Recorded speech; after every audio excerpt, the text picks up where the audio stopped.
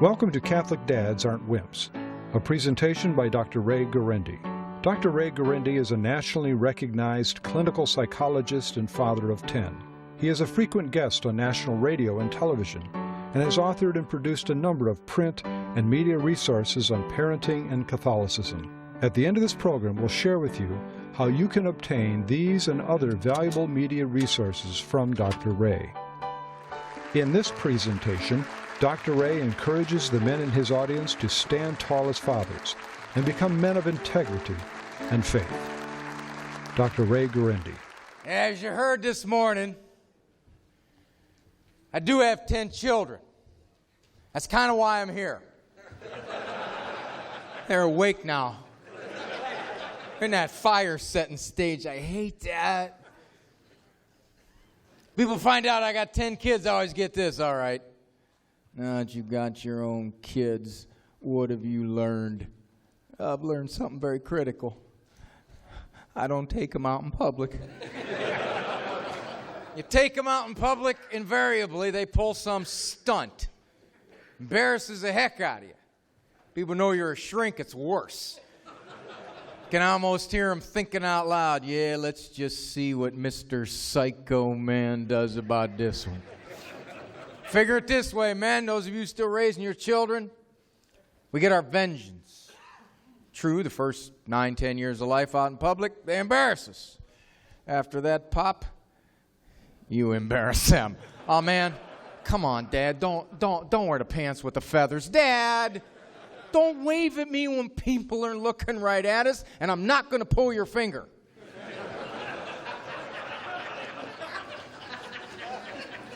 My children are 18, 17, 16, 16, 15, 13, 11, 9, 9, and 6. Yeah, the remote broke.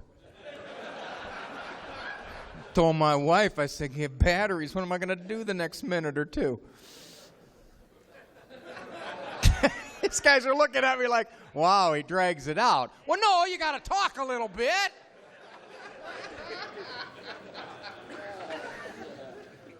My children are all blessings through adoption, all 10 of them. Some of you may be adoptive parents. Agencies don't tell you this. I figured it out about the third kid. Great benefit of adoption. You adopt in December, you still get the tax deduction for the whole year. Yeah, $3,100 that first year. They pay for themselves the first year, then you start to fall behind because they eat more, but you cut back on the food, you can break even September, October. My wife and I have this ongoing conflict. It's gotten worse as we've gotten more children.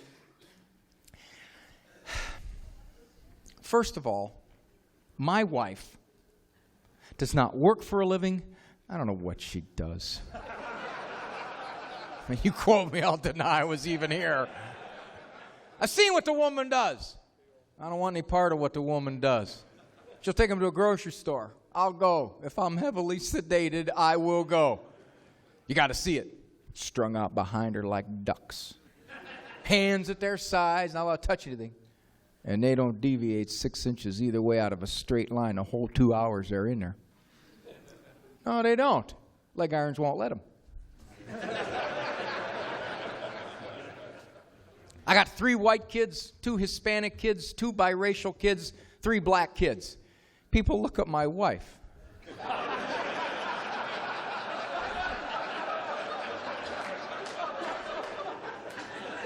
Some of them are pretty bold. Is this some kind of club or something?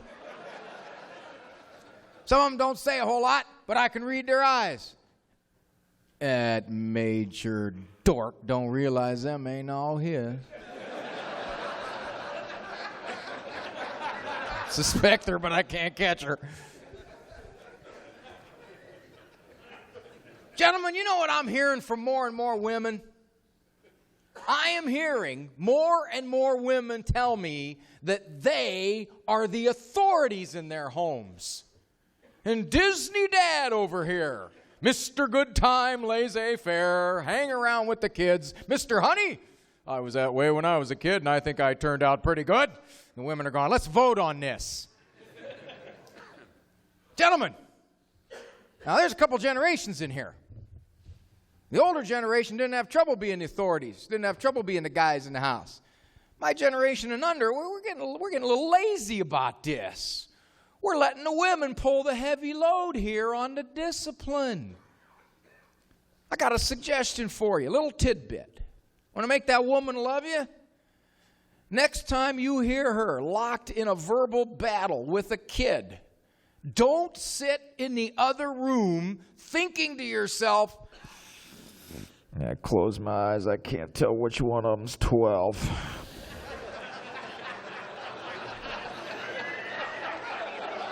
Get in there and pull the plug. That's not just your mom you're talking to that way. That's my wife. You go up to your room. I'm going to find out what she wants me to do about this. Well, you got to ease your way into it now. You can't just jump into it. They get mad.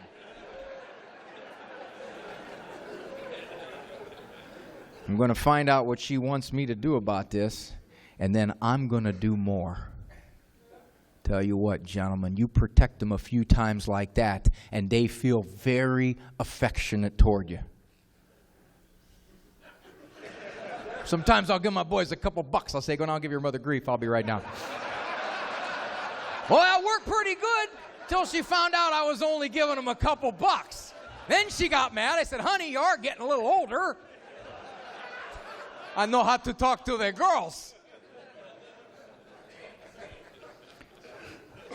Do not let your kids, any age, mistreat their mother with their mouth or with their eyes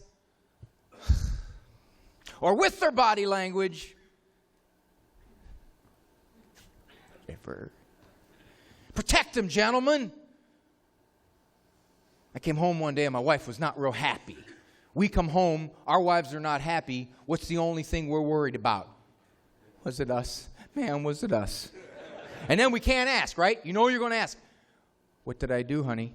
Oh, you don't know? You know everything else. You don't know what you did? So I asked my wife, I said, honey, what's going on here? She said, it's Sarah. I went, Sarah was 12. What's going on? I gave her 2 hours worth of labor. 2 hours worth of labor. What did she do? She rolled her eyes at me. Is rolling your eyes so bad? No. Your mother is that valuable. Gentlemen, protect the women. If they get into a verbal battle with that child and they go on and on and on and on, and you're thinking to yourself, just lay off, just back off. Can you just stop this just for 3 minutes? Just stop it. Remember one thing. Our Lord's argument with the Pharisees was not that they didn't have authority. It's that they were hypocrites. He recognized their authority. He said, do whatsoever they tell you. Don't do what they do. Well, your wife has authority. Her style may not be good. She may be too verbal. She may talk too much. She may negotiate too much. She may yap too much. She may nag too much. She may remind too much. But she still is their mother. Step in and protect. My children have what the experts would call risk factors. Risk factor is anything that would make a kid harder to raise. Poor prenatal care, poor abuse in the womb, neglect in the womb, high maternal stress, low birth weights, heavy drug exposure, crack, narcotics, barbiturates, heroin, cocaine, nicotine, marijuana. My son Peter, birth mom was told, you're pregnant, but don't worry about it. There's a blood clot growing next to the baby. Baby grows, blood clot grows, blood clot wins, blood clot kills baby, no more baby. Petey made it. Born 2 months premature, 1 month intensive care, but he made it. Elizabeth. Birth mom got pregnant when she was 13. Went to Jerry's hometown, Akron, Ohio, to get it taken care of. Oh yeah, it's still legal. Baby was 7 months old in the womb. You can get an abortion up to any time. So some people don't understand. The problem is they're bigger. You can't just burn them out. They're too big for that. You got to pull them out. And they're soft. And when you pull, they rip. Arms, faces, legs, hands, pieces, body parts come out. And then they assemble them like a big giant Rubik's Cube. Make sure you got all the pieces there. You don't want to leave a toe in there. You know, you get an infection. That little 13-year-old screamed and ran out of there, called us the next day. We weren't expecting a 10th child. We thought we were done at 9. I guess you could say Lizzie was an unplanned adoption. We weren't practicing safe phone. My son Sam, 2 weeks before birth mom was told something is terribly wrong. He's only 4 pounds in the womb. Can we test? Tentative diagnosis, corpus callosum agenesis. Severe neurological birth defect, gentlemen. Worst case scenario, institution for life. I got to believe everybody in that birth mom's world probably told her, hey, look, personally, I'm opposed to this too, but this is an extreme circumstance. This is different. First of all, those people get minimum wage. You want somebody with minimum wage taking care of your kid? Doc, you know what corpus callosum agenesis is. You know how bad it could be, correct? Institution for the rest of your life if you make it. That birth mom, I can only imagine what she had to go against to give birth to that little boy. Sammy's 13. He's a 7th grader. Perfectly normal little boy. It was a shadow on the ultrasound. The test was wrong. So my kids have this confluence of developmental gunk that should make them harder to raise and slower to socialize and more immature and more impulsive and more learning problems and more herky-jerky oddities in their temperaments. I got a few like that. I wouldn't consider any of my 10 children strong-willed. This guy's brain dead. One too many bricks on the pile. Could you have 10 kids under those circumstances, not consider any of them strong-willed? Simple. Simple explanation, men.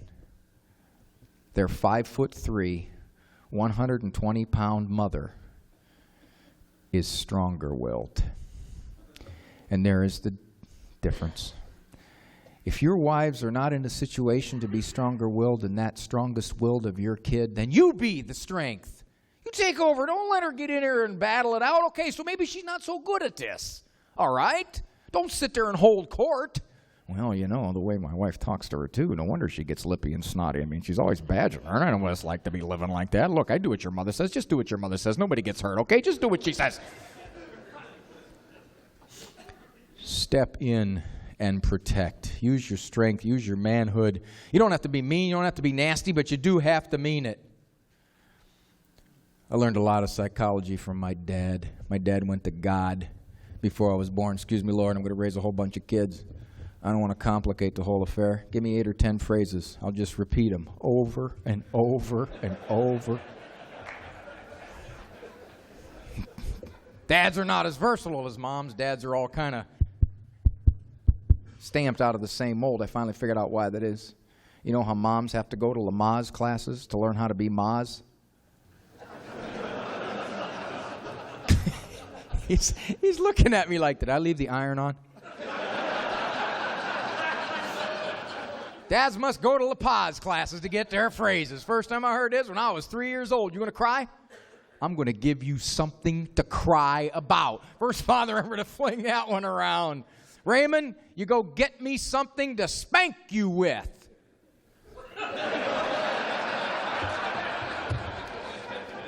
Fathers are generous people. We don't get credit for it. My dad was a very giving man. 8, 9 times a day gave me something. Dad, can't shovel the snow. I got a bellyache. Raymond, I'm going to give you a bellyache. Your father's always giving you something. By today's enlightened standards, my father was a psychological barbarian. Parenting Neanderthal. Was he psychologically correct according to the experts' theories? No. But you see, Pop never worried about psychological correctness. Bishop, when psychological correctness starts to replace moral correctness, a culture's in big trouble.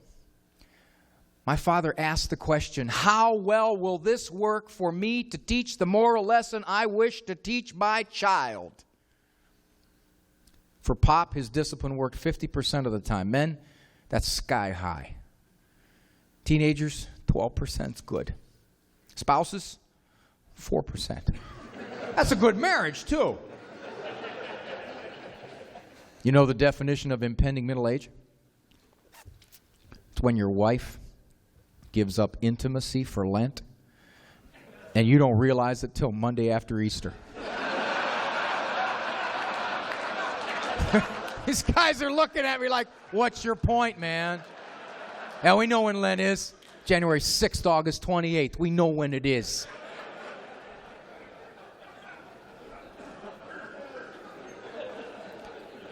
My father was not concerned about whether he was psychologically correct. He was concerned about the moral lesson. And remember, gentlemen, as fathers, what you attempt to teach your children may not be the moral lesson that the experts think you should teach. Most experts today are not coming from the worldview that sits out here and is represented by that man over there sitting. They are coming from a worldview that in many respects doesn't agree with your deepest held beliefs about humans and their nature. Do a little test. Go to the computer. Punch in child, self-esteem, search. Tens of thousands of articles you will find. Why? Because the experts think that self-esteem is the preeminent virtue. Punch in child, humility, search. Boop. Boop. One article translated from an archive in Scandinavia. Why? Because the experts don't think humility is a virtue for you to strive to teach your children. Could you imagine Christ going up to the apostles? Yo, Pete.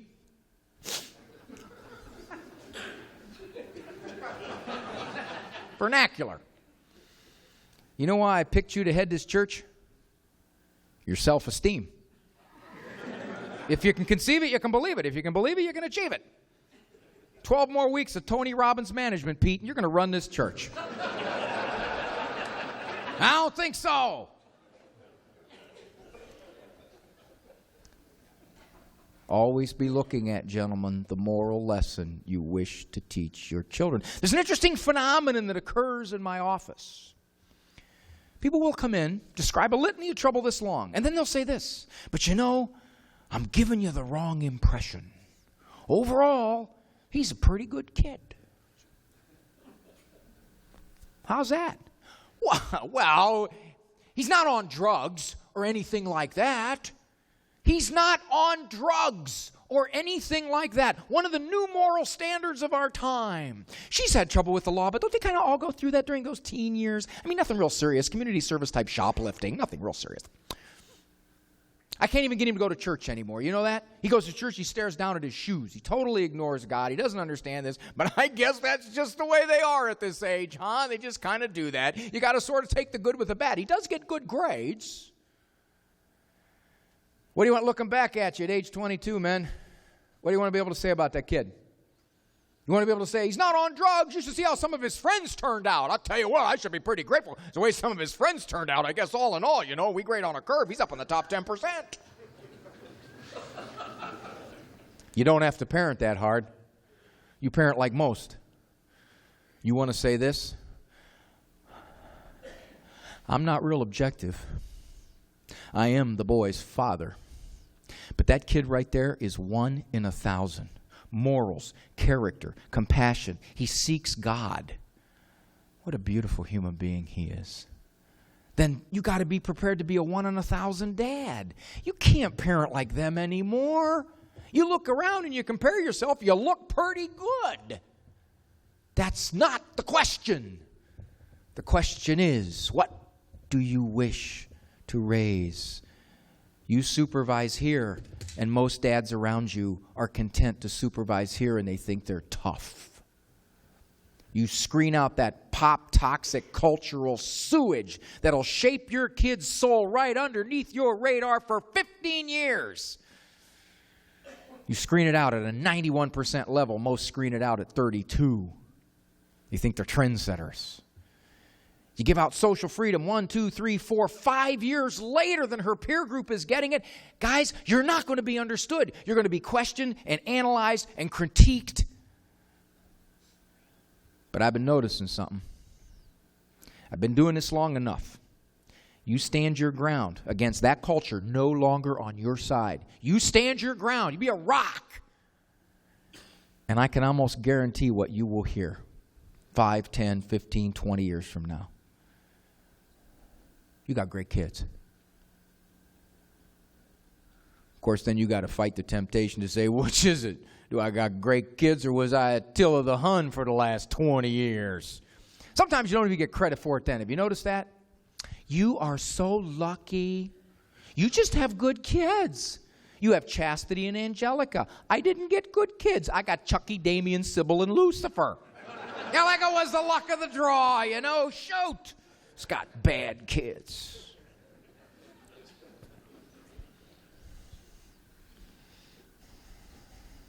You got to be careful, though. Don't mishear what I'm saying. It's one thing to be strong.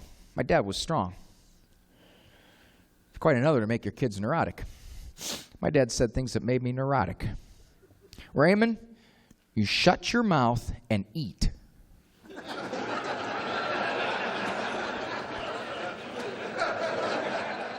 I'll teach you to backtalk your mother, young man. Come on, Dad. I already know how. I'll show you to hit your brother. Go ahead. You fall out of that tree, break both your legs, Buster. Don't come running to me.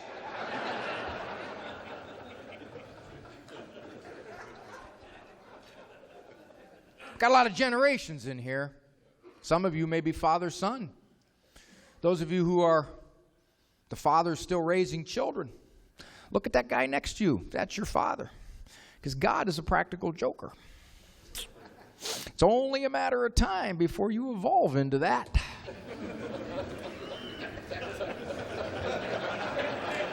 I'm becoming my dad.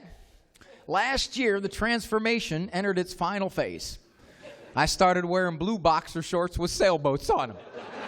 Walking around the house, black socks and sandals. Shutting off every light. Hey, what do I own the power company around here? Shut the door. I'm not heating the backyard. You born in a barn?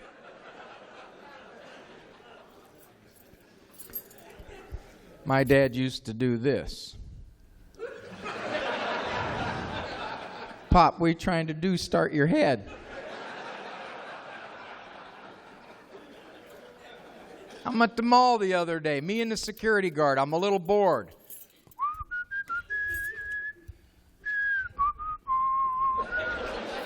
I'm becoming Pop. He's not getting any cooler, you know. Gentlemen, my advice to you, be the man in your home. That doesn't mean be mean. That's not man. That's not man. It is not a man that does this. Sit down and shut up because I told you to shut up. What is that? That's wuss stuff. That's wimp stuff. That's loud. And the kids know if that's all you got, too. After a while, that's all you got, big boy? That's it? You're loud, you're nasty. That's it. You got no authority.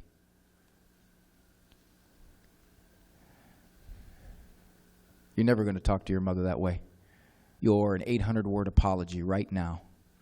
And I'm going to talk further with her about what we're going to do about this. There's a lot more coming. Your mother's so important, she's got 10% of the commandments. That's how important she is. Now there's discipline, gentlemen. You didn't raise your voice, but look how you came across. You meant it. They knew you meant it. Before I go, I got an authority test for you. Be careful because it might not be pretty. Tomorrow, tonight, if your kid does something bad or something wrong, and by the way, can we still use those words? Do we have to morally antisepticize the language like the experts have told us? That behavior? Unacceptable. Ice picking your sister's head? Inappropriate conduct.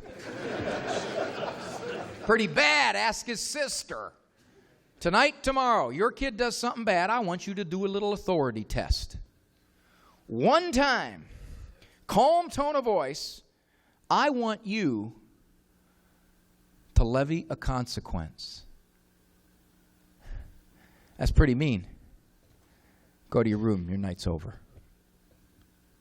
Go stand in the corner, please. Put your hands behind your back. I'll tell you when you can come out. Put your head down at the dining room table. I'm going to set the timer. You can lift your head when the timer goes on.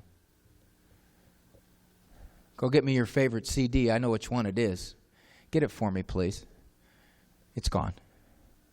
That's the cost of using that word in this house. You're going to be your sister's servant for the next 3 hours because you mistreated her this morning. I tell my boys that's a good one. That'll prepare you for marriage.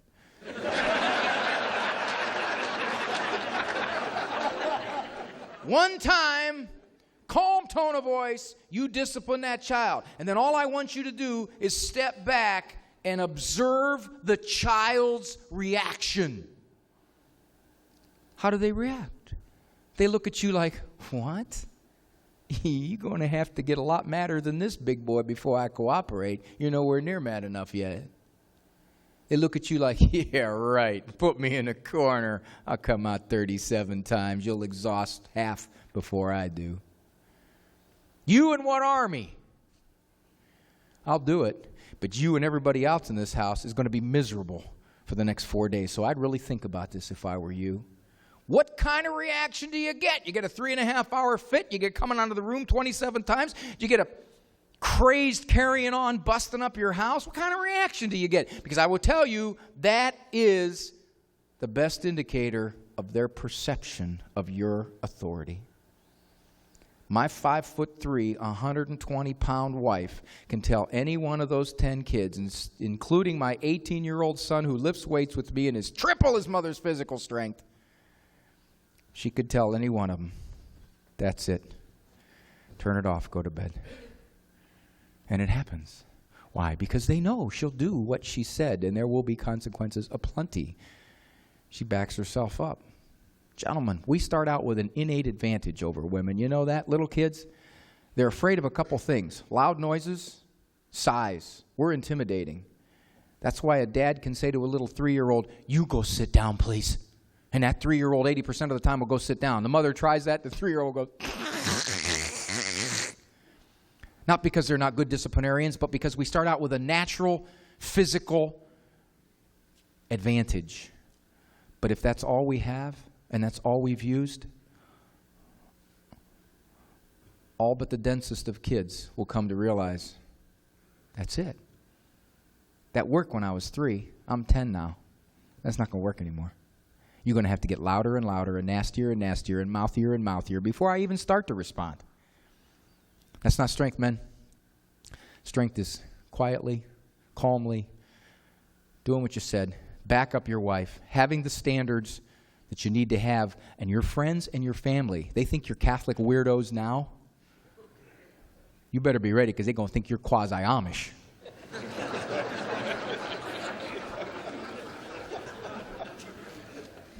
Some of you were asking, my website is drray.com, drray.com. You were asking about the parenting books. The video is a much longer version produced by Stan of this talk, much longer. I do have other books available out there. If you're interested, I'll tell you what they are. They are heavily focused on discipline and parental strength. That is by far the number one problem in parenting today, is parents being the big people in the home. Everything comes with a Springer guarantee. Your children will never be on Jerry Springer. Unless that's from a past life. I can't do anything about that. Thanks, guys. Thank you for watching Catholic Dads Aren't Wimps with Dr. Ray Guarendi.